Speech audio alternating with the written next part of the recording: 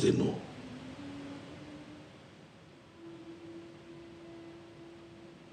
Isaïe 53 l'explique bien.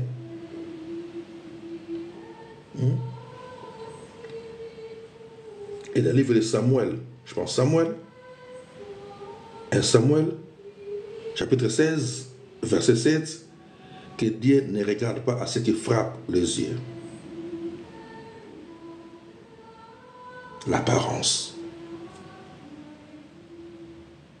Dieu sonde le cœur des humains et non l'apparence.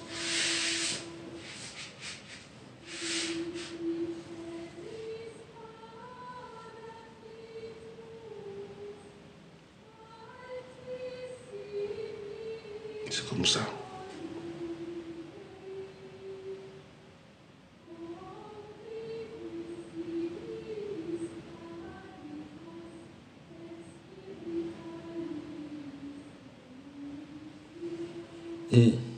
Ok. Je vais pas qu'on lise quelques versets, mais là c'est juste Romains 16, 25. Je lis juste Romains 16, 25. Bon, on va essayer de lire quelques versets. On peut lire quoi?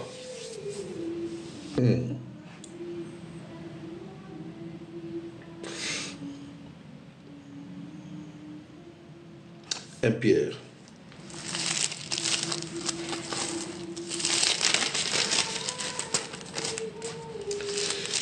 Le livre de Pierre, c'est vers le fond. Vous avez Apocalypse, avant Apocalypse. Il y a le livre de Jude. Avant le livre de Jude, il y a les 3 livres de Jean. Et avant Jean, vous avez le Pierre. 1 Pierre, chapitre 5.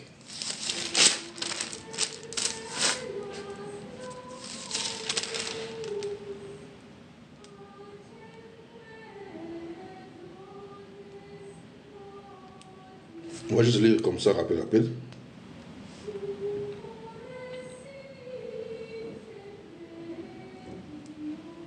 Un Pierre, chapitre 5.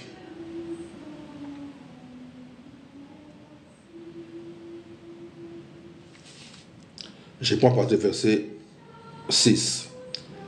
Humiliez-vous donc sous la puissante main de Dieu.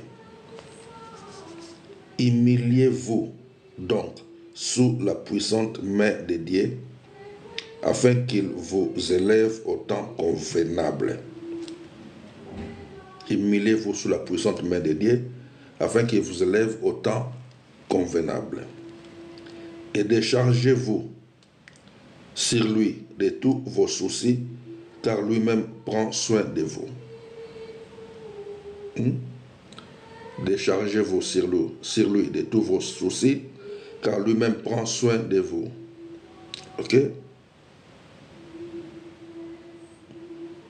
Soyez sobre. Soyez sobre. Veillez. Votre adversaire, le diable, rôde comme un lion rugissant, cherchant qui dévorer.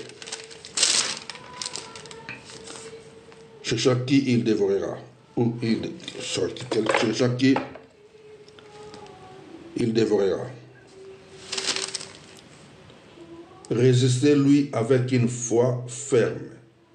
Résistez l'ennemi, le diable, avec une foi ferme, sachant que les mêmes souffrances que vous en direz maintenant sont imposées à vos frères dans le monde. Donc les choses que tu traverses maintenant, les difficultés, les problèmes, tout ça, beaucoup de frères dans le monde passent par les mêmes choses. Mais tu dois résister l'ennemi, le diable. Avec une foi ferme. Lorsqu'on parle de foi ferme, donc ça ne bouge pas. Tu crois à la parole de Dieu, et la parole de Dieu c'est oui et amen.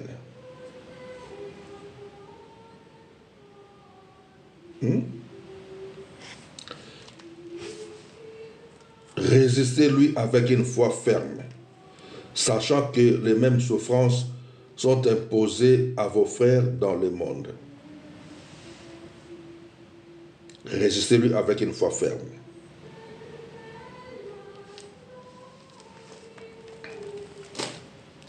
Éphésiens.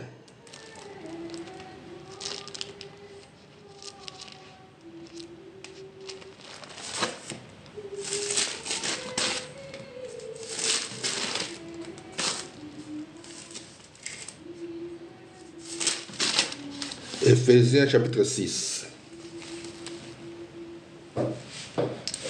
Éphésiens chapitre 6.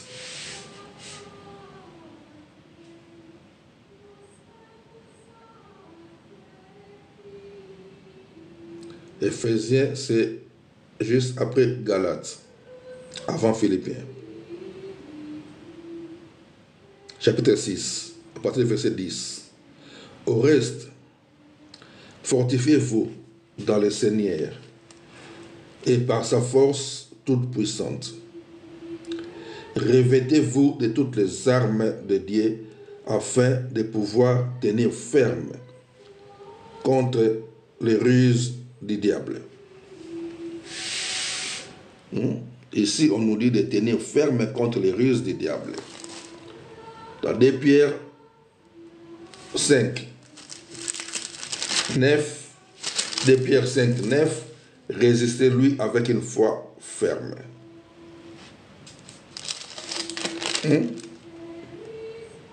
Veillez, verset 8, soyez sobres, veillez. Votre adversaire, le diable, rôde comme un lion rugissant.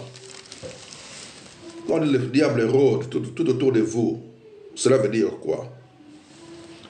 Il est là, toi tu es là, lui tu ne le vois pas, mais lui il te voit.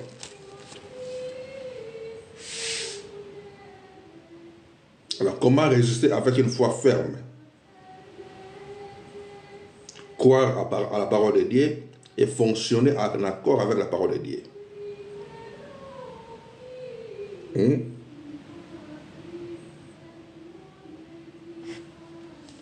Revêtez-vous de toutes les armes de Dieu afin de pouvoir tenir ferme contre les ruses du diable. Parce que le diable va toujours vous attaquer, chercher à vous distraire. Tu dois lui résister avec une foi ferme. Comment? C'est dans tes pensées. Luc chapitre 4, verset 13. Si tu lis le verset un peu avant, verset 3 jusqu'à 5, 6, 7, 8, tu vas voir comment l'ennemi, le diable, attaque notre maître en tant qu'homme. Notre maître Jésus en tant qu'homme. Ça veut dire quoi? Il te présente des choses que tu peux en avoir besoin. Il te présente des choses que tu peux en avoir besoin. Tu veux des millions, il te présentera comment avoir des millions facilement.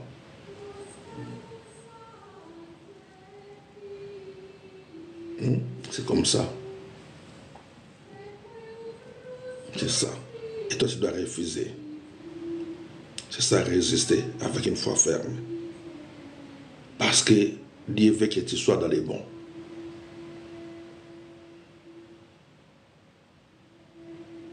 C'est ça, résister. C'est ça, les armes. Et c'est ça, là, on parle de combat de la foi. Et non combat spirituel. C'est combat de la foi.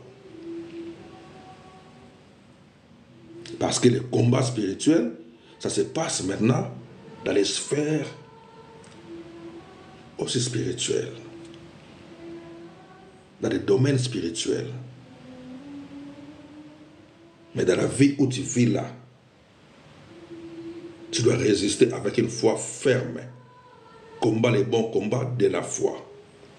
Ta foi doit être ferme. Contre les risques de l'ennemi. C'est ça. Contre les distractions de l'ennemi. Ne te laisse pas. Ne tombe pas à la tentation. Parce que beaucoup tombent.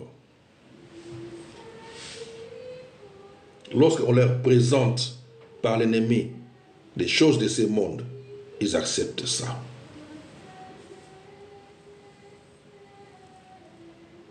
Il y a des exemples de la Bible. Il y a des exemples de la Bible. Comme Joseph devant la femme de Potiphar. Ce sont des exemples de la Bible. Jésus lui-même, qui est notre maître.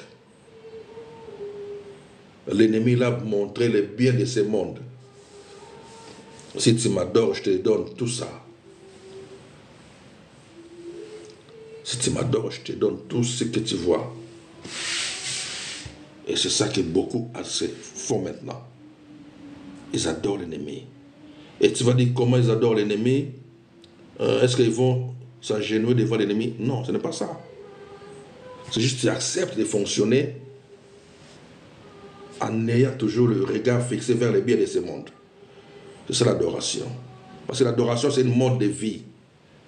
C'est pas, tu vas commencer comme nous on fait dans les salles, c'est pas ça l'adoration. Non, l'adoration, c'est une mode de vie que tu dois vivre tous les jours.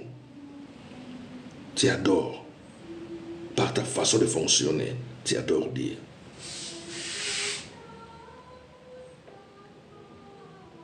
C'est ça.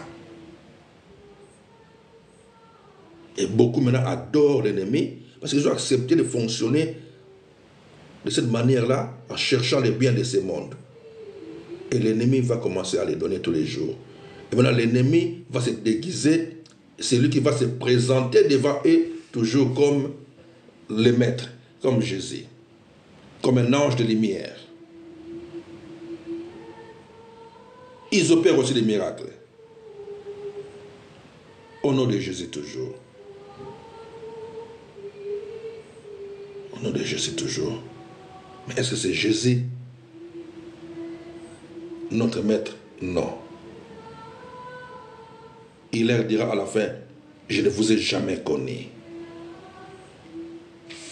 Je ne vous ai jamais connu. Parce qu'ils sont focalisés sur le bien de ce monde. Et c'est ça qu'ils cherchent. Ils veulent juste les noms et non la personne.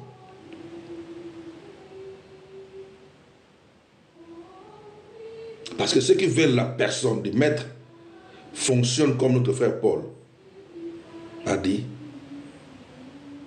d'accepter de souffrir pour le maître, de traiter durement nos corps. Donc c'est à moi de traiter durement mon corps.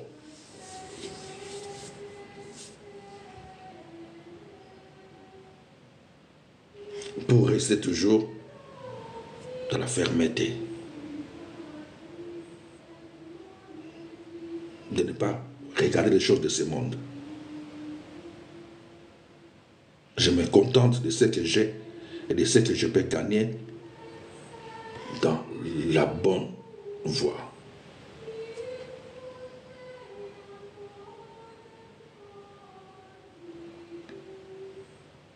Non, la Bible dit, Galates 6, donner à celui qui t'enseigne l'évangile la part de tes biens.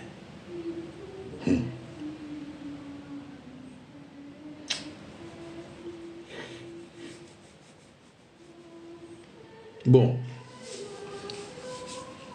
je ne sais pas, pour les autres. Pour les autres.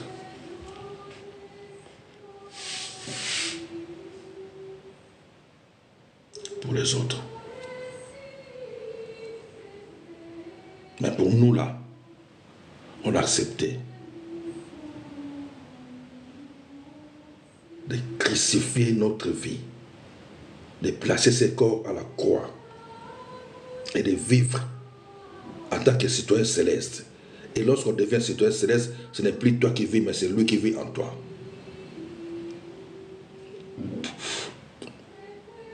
Toi, tu es crucifié, donc mort Galates chapitre 2, verset 20. Ce n'est plus toi qui vis, mais c'est Christ qui vit en toi. Christ, c'est donc l'Esprit qui habite en nous, le Saint-Esprit. C'est ça qui vit en nous. Et moi, je suis mort déjà pour le système de ce monde. Alors, quelqu'un qui est déjà mort n'a pas des envies, n'envie rien du tout. N'envie rien du tout. C'est comme ça.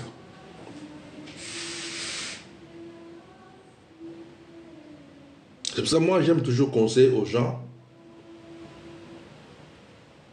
sois un chrétien, comme on dit terme simple, chrétien, qui va prier, chanter, louer, écouter la prédication, exhorter aussi comme on fait là, comme ça. Mais ne mets pas dans ta tête que non, tu es serviteur, donc fais ta vie normale. Là, c'est bon. Mais lorsque tu te dis que je suis serviteur de Dieu par Jésus-Christ,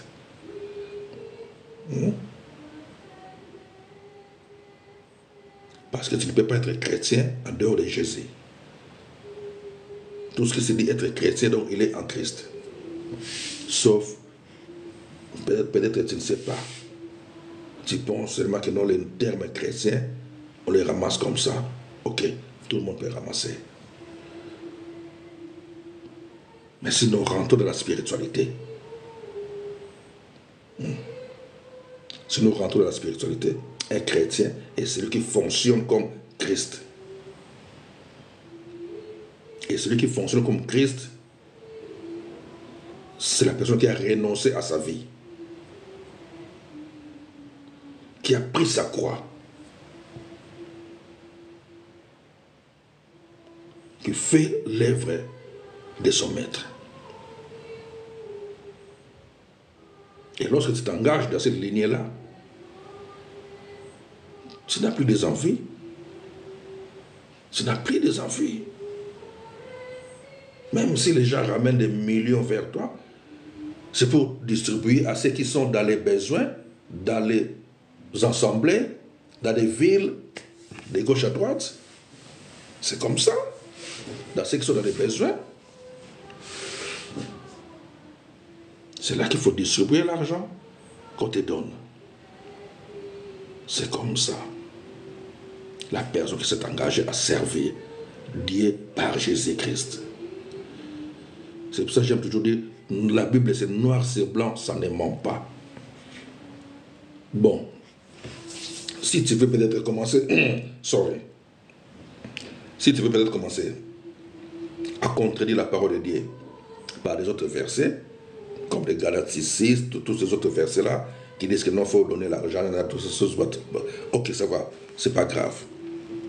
Maintenant, je dois t'amener maintenant dans une autre étape. Tu peux accepter, utiliser tous ces versets-là pour avoir de l'argent. Mais si l'argent en question, selon Actes des Apôtres, chapitre 4 et chapitre 5, comme les disciples de ce temps-là, où les fidèles de ce temps-là ramenaient l'argent au pied des apôtres, et les apôtres les prenaient pour distribuer, donner à ceux qui étaient dans les besoins. Si c'est ça que tu fais, gloire à Dieu. Mais si c'est pour que toi tu puisses s'enrichir, là c'est Est-ce que vous comprenez? Mais autre chose. Maintenant, si tu veux fonctionner vraiment comme les Paul, les Pierre, les Jacques, oui, à fonctionner avec des miracles qui les accompagnaient. Et commencer à enjoy cette vie-là. C'est là que non, leur joie, c'était ça. Et c'est ça ma joie aussi. C'est ça leur vie. Ils étaient de la joie. Actes des Apôtres, chapitre 4, verset 29. C'est ça qui était leur prière. Pardonne-nous l'argent. C'est-moi l'assurance. Et que partout où on passe, qu'il se fasse des miracles par le nom de Jésus. Actes des Apôtres, chapitre 29, non, Actes des Apôtres, chapitre 4, versets 29 et 30. C'est ça qui faisait leur joie. Et c'est ça qui fait la joie d'un bon serviteur. S'il y a des serviteurs et servantes, et serviteurs, sorry.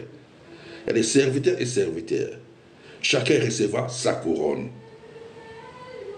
Il y a des bons serviteurs. Ce n'est pas l'apparence. Il y a des serviteurs.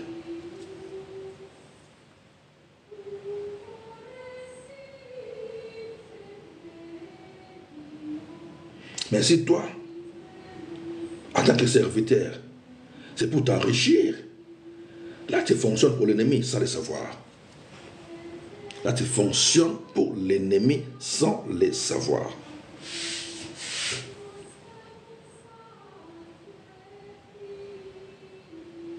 Et beaucoup sont déjà dans les camps de l'ennemi sans le savoir.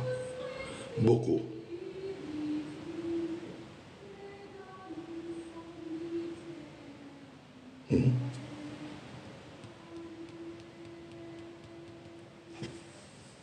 Je pense 1 Corinthiens 13, 13. L'amour surpasse tout. L'amour est au-dessus de tout.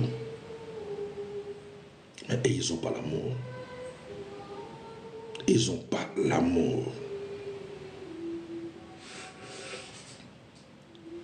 Ils n'ont pas l'amour.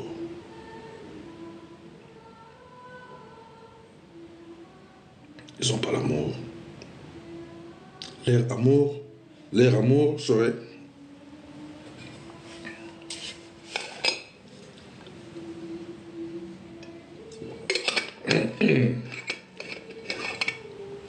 leur amour, c'est pour des personnes qui leur donnent ce qu'ils ont besoin. Et non l'amour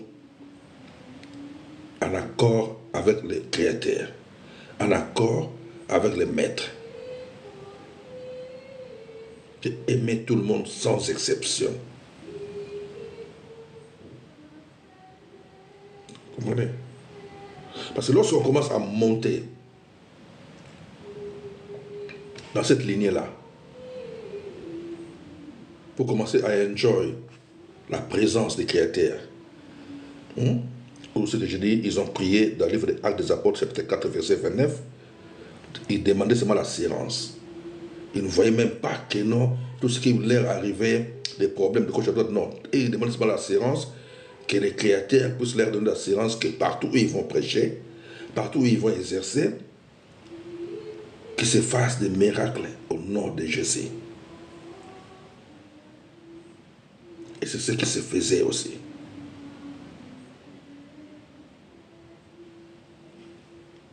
Maintenant, ce que nous voyons dans le monde, surtout chez moi à Kinshasa là-bas, tellement les gens sont derrière l'argent. Après, ils vont recourir chez des petits féticheurs pour prendre des petits pouvoirs, pour opérer des démonstrations, on appelle ça des fausses démonstrations. Et les gens vont penser que non, ils sont dans ils font que Dieu opère. Alors, ce n'est pas ça.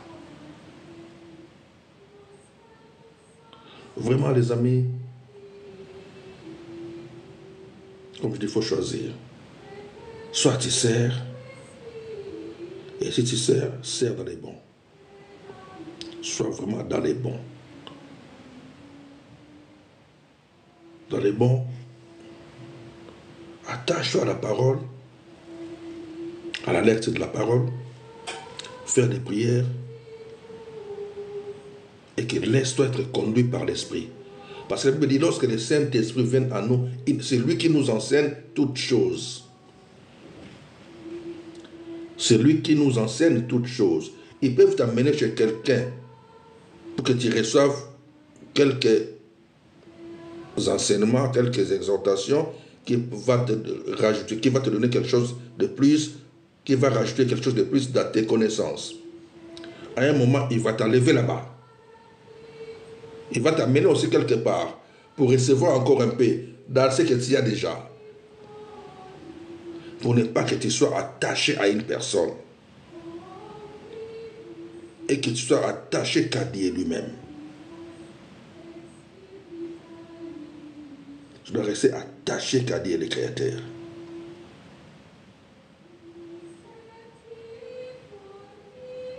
Et ce qu'on voit aujourd'hui, les gens sont trop attachés entre eux. De lui, c'est notre frère. Ah non, lui, c'est notre frère. Parce que, pourquoi c'est leur frère? Parce qu'ils prient dans la même salle.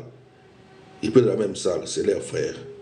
Et ceux qui ne prient pas avec eux, ce n'est pas leur frère.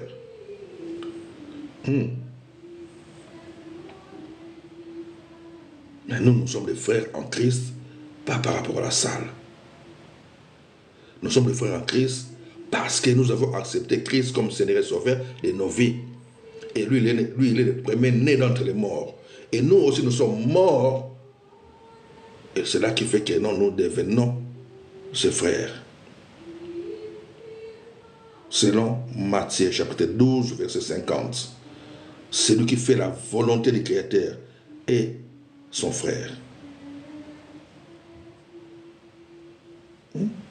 Non pas celui qui fait la volonté d'un pasteur. Non. Mais celui qui fait la volonté du Créateur, celui-là est le frère en Christ. Et lorsqu'on devient frère en Christ, c'est pour marcher en accord avec sa parole et faire sa volonté. Aimer tout le monde sans exception. Aider tout le monde. Ce que tu peux aider.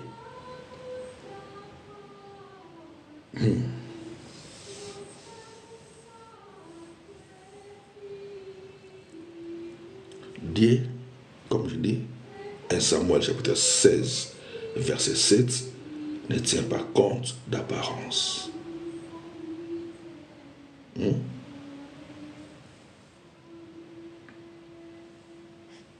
Éphésiens chapitre 6, verset 10, au reste fortifiez-vous dans le Seigneur et par sa force toute puissante. Revêtez-vous de toutes les armes de Dieu afin de pouvoir tenir ferme contre les ruses de l'ennemi. Maintenant, les gens, lorsqu'ils parlent des armes ici, ils pensent qu'il faut aller dans les salles pour commencer à crier au nom de Jésus, nous chassons, nous chassons. Non, ça n'existe pas ces choses-là. Assis-toi, réfléchis. J'ai dit ça, je pense, hier aussi. Réfléchis. Que Pierre, ou Paul, ou Jacques, commencent maintenant à combattre les gens qui les attaquent.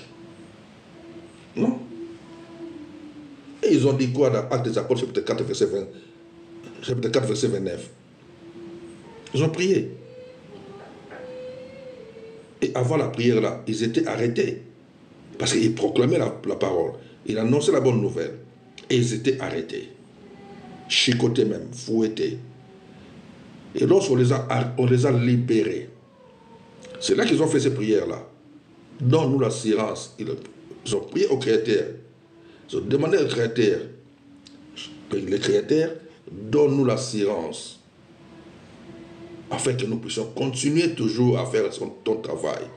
Et qu'il se fasse des miracles et des prodiges par les noms de Jésus. C'est ça la prière. Des serviteurs. Et nous donne-moi. Non. C'est pas ça. Donne-moi. Je veux ça. Faites ça pour moi. Non. C'est mon assurance. C'est toi qui es là pour servir. Et tu dois continuer à servir. Servir, ça veut dire aider les autres. Aider les autres à s'attacher à notre maître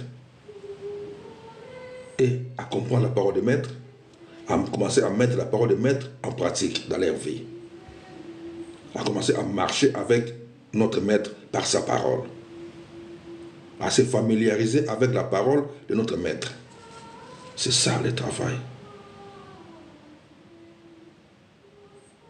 Et en tant que serviteur maintenant, de temps en temps, il faut commencer maintenant à faire des jeûnes et prières toi-même pour que tu sois toujours un canal où l'Esprit peut se manifester au travers de toi. Parce que lorsque les apôtres ont demandé à notre au Créateur d'étendre sa main pour qu'il se fasse des miracles et des prodiges par le nom de notre Jésus. Est-ce que Dieu avait sorti, le Créateur a sorti sa main d'en haut? Non. C'est au travers des mains des serviteurs que Dieu étend sa main. C'est au travers les mains de ses serviteurs et servantes que le Créateur étend sa main. Alors pour que Dieu commence à étendre sa main par tes mains, discipline-toi. Sois un bon canal. C'est ça. Juste discipline-toi et sois un bon canal.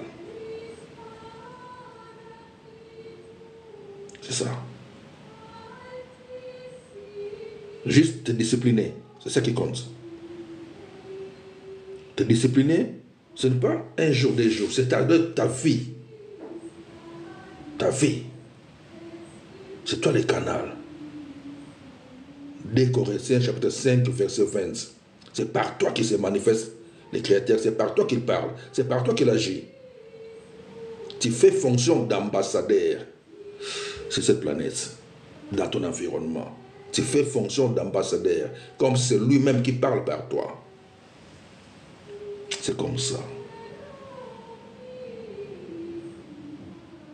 Lorsque les gens te voient, ils savent que tu représentes le Créateur. Lorsque les gens te voient, ils savent que non, c'est lui, cette personne, cette frère, cette sœur, c'est lui ou c'est elle qui représente le Créateur. Et là, comme j'avais dit encore hier, selon Luc, Matthieu, je ne sais pas, 26, 73, certainement, tu fais partie de ces gens-là. Lorsqu'ils ont voulu arrêter Pierre, après que Jésus a été arrêté, ils ont regardé Pierre, ils ont dit, certainement toi aussi tu fais partie de ces groupes-là. Tu fais partie de ces groupes-là. Tu es comme ces gens-là. Parce que toi, tu te disciplines seulement à être un bon canal. Un bon canal par lequel que les flots vont commencer à couler, que les êtres célestes vont commencer à venir se manifester, que le Saint-Esprit va commencer à agir par toi.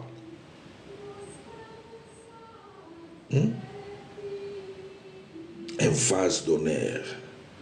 Tu deviens un vase d'honneur. Et un vase d'honneur, on les protège. Qui va les protéger, c'est toi.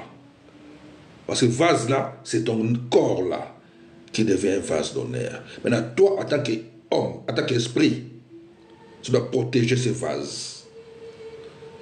Créer un ceinture dans ton esprit. Aura. Ton aura doit être clair. Your mind. Qu'est-ce que tu penses? Comment tu fonctionnes? Ce qui permet que tu puisses créer ce bulle de ceinture, de protéger ce vase que le Créateur va commencer à utiliser anytime, à chaque fois qu'il a besoin d'opérer quelque part. C'est pour cela, des fois, on les appelle frères, frères, parce qu'ils savent que non, tu n'es plus comme les autres. Les gens savent que tu n'es pas comme les autres. C'est comme ça. Ils cherchent la personne où ils savent que non, this one, cette personne, il fonctionne différemment par rapport à d'autres qui se disent chrétiens, mais celui-là, non. Il est vraiment attaché avec le Créateur. Lorsque tu t'attaches, tu continues à développer ton intimité avec le Créateur, c'est là que non, de plus en plus tu deviens pur, un bon canal. Un bon canal.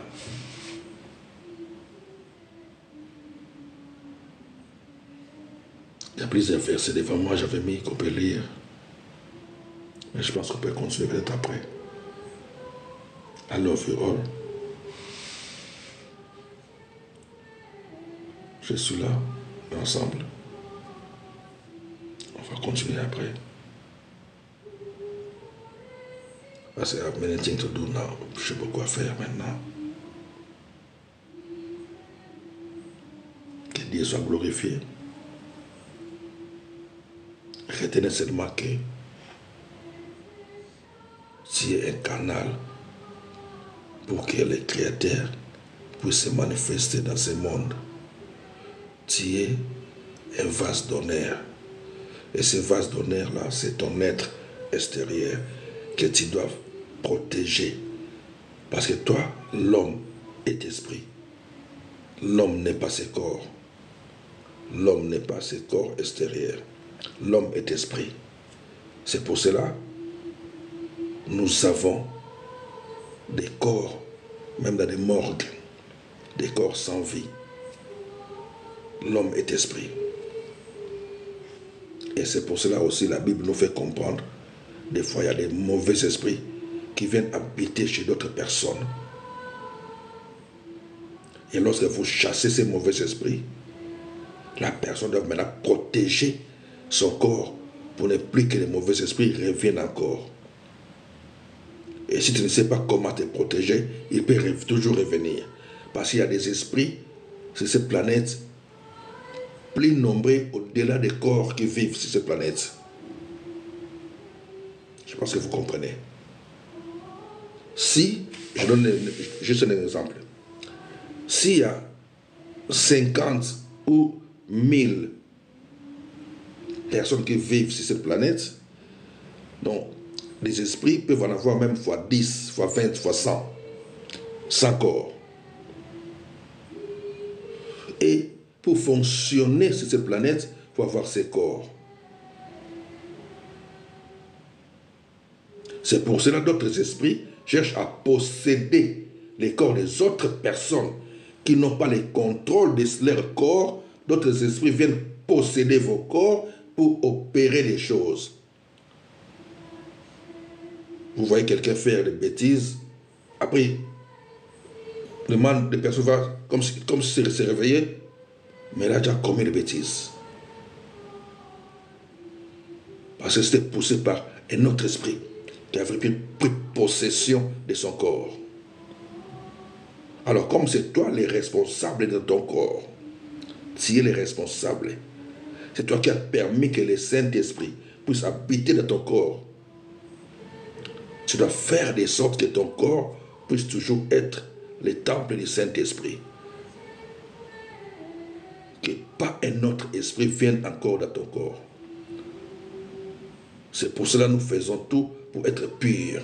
Lorsqu'on est pur, on crée cette bulle-là personnelle. Cette ceinture-là qu'on appelle aura. Aura est pure par rapport à ton comportement. Et c'est visible pour des personnes qui ont les yeux spirituels ouverts. De voir si ton aura est clean, comme une protection que personne ne peut entrer, ou si c'est simple, facile à prendre et manipuler. Donc il est responsable à protéger ces corps-là. C'est pour cela que je dis hier, Paul a dit dans Romains chapitre 12, verset 1er, nous devons offrir aussi nos corps comme une offrande au Créateur pour que nos corps puissent servir. Et nous, en tant que des humains ou des esprits, propriétaires de ces corps, devons veiller à ce que ces corps soient toujours en bon état pour fonctionner longtemps et servir longtemps. Les créateurs, c'est comme ça. Tu dois veiller à ta vie. Veiller à ta vie. Servir Dieu. Soit fais des prières en tant que serviteur, en tant que servante. Regardez souvent, comme je dis, dans Actes des Apôtres, chapitre 4, versets 29 et 30, comment ils avaient prié. Ils avaient demandé l'assurance et que Dieu puisse étendre sa main lorsque ils font leur travail. Qui se fait des miracles par le nom de serviteur, par le nom de Seigneur Jésus, que Dieu étend sa main pour qu'il puisse faire des miracles. Et comme je dis, je répète, comment Dieu étend sa main, c'est par tes mains. Dieu ne sort pas la main du ciel, c'est par tes mains. Et comment Dieu peut transformer ta main à sa main, c'est comment tu fonctionnes.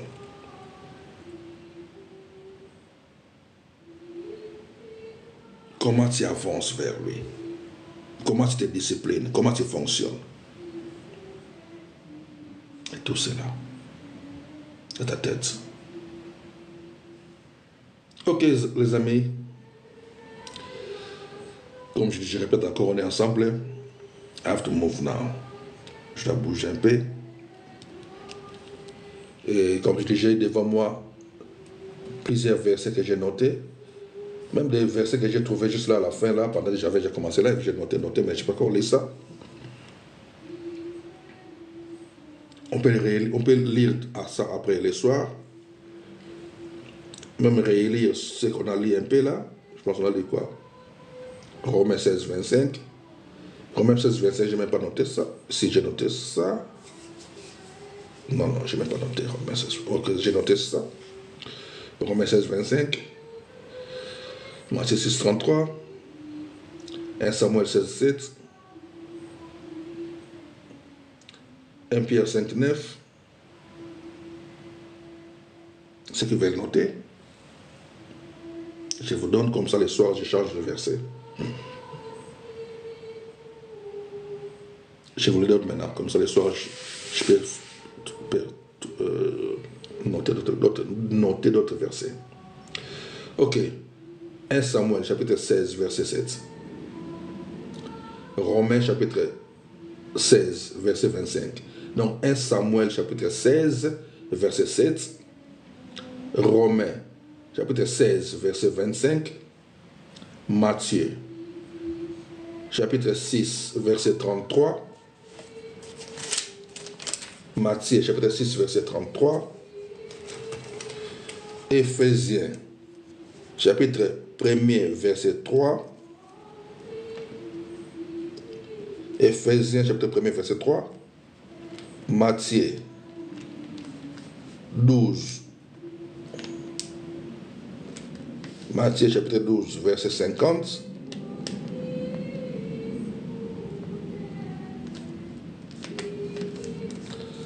Matthieu, chapitre 12, verset 50. 1 Samuel, chapitre 16, verset 23. Ça, moi, je vais expliquer ça maintenant. Avant de clôturer. 1 Samuel, chapitre 16, verset 23. 1 Samuel, chapitre 16, verset 23. Jacques, chapitre 4, verset 7.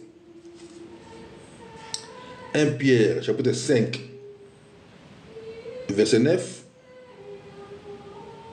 Donc Jacques, chapitre 4, verset 7. 1 Pierre, chapitre 5, verset 9. Éphésiens, chapitre 4, verset 27. Éphésiens, chapitre 6, verset 10 à 18. Je pense à 18, oui. Ok. 2 rois. Non. 2 chroniques. 2 chroniques 18, 21. 1 roi 22. 22, c'est pas la même chose, et 2 chroniques. Marc 8, 34. Et puis c'est bon.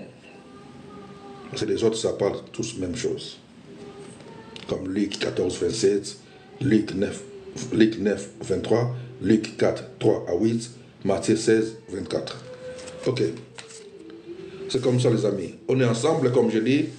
God bless you. Et comme j'aime toujours dire à la fin, inbox, vous pouvez me contacter. Je dis, je vais expliquer 1 Samuel 16, 23. Lorsque le roi Saül,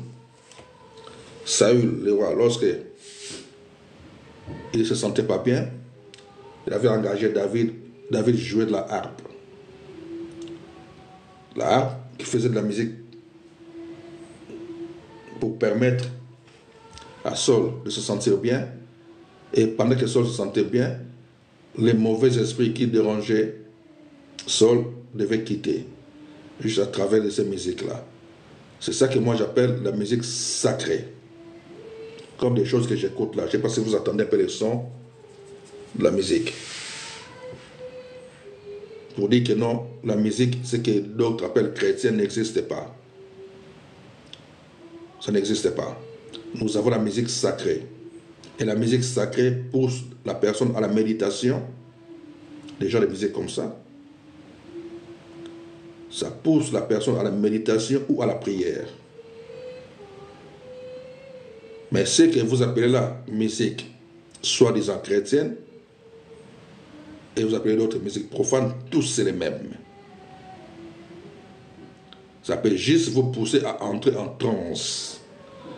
Et lorsqu'on entre en transe, souvent c'est par les mauvais esprits qui poussent les gens à entrer en transe. Beaucoup ne savent pas. Et lorsque quelqu'un entre en transe, commence à agiter son corps, à faire tout.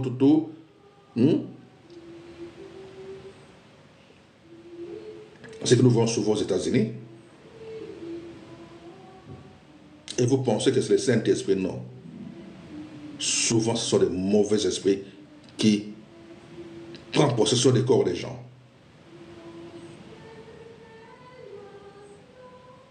C'est ça. Et vous appelez ça la musique chrétienne. Ça n'existe pas.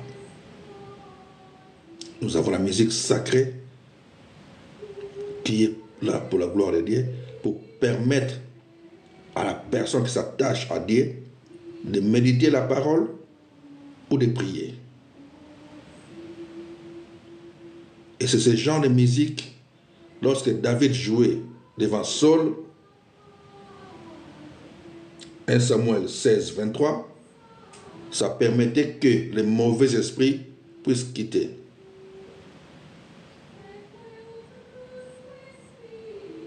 En plus, la Bible mentionne bien mauvais esprits venant de Dieu. Ça sont des choses que j'ai expliquées dans mes écrits.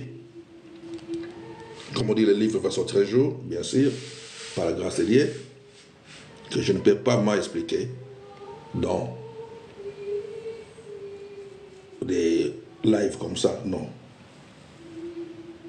Non. Les mauvais esprits venant de Dieu, qui tourmentait Saül, qui était lorsque David faisait la musique et jouait de la harpe. Et lorsqu'on parle de harpe, on voit, c'est un peu comme, je pense, c'est la même chose, je pense, violon. Et violon produisent que de la musique douce. Et la musique douce a tendance à aller vers la musique, comme on appelle vers la musique sacrée.